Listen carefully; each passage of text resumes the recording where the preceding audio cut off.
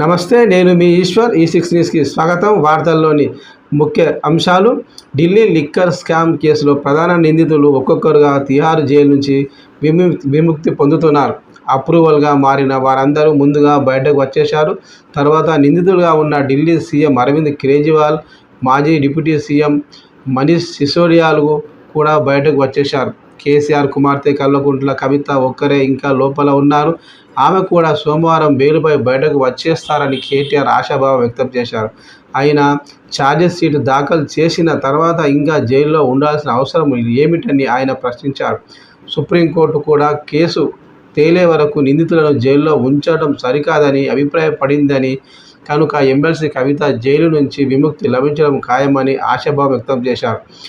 అయితే ఆమె విడుదల కోసం కేసీఆర్ నలుగురు బీఆర్ఎస్ రాజ్యసభ సభ్యులను బీజేపీకి అప్పగించబోతున్నట్టు ప్రచారం జరుగుతుంది.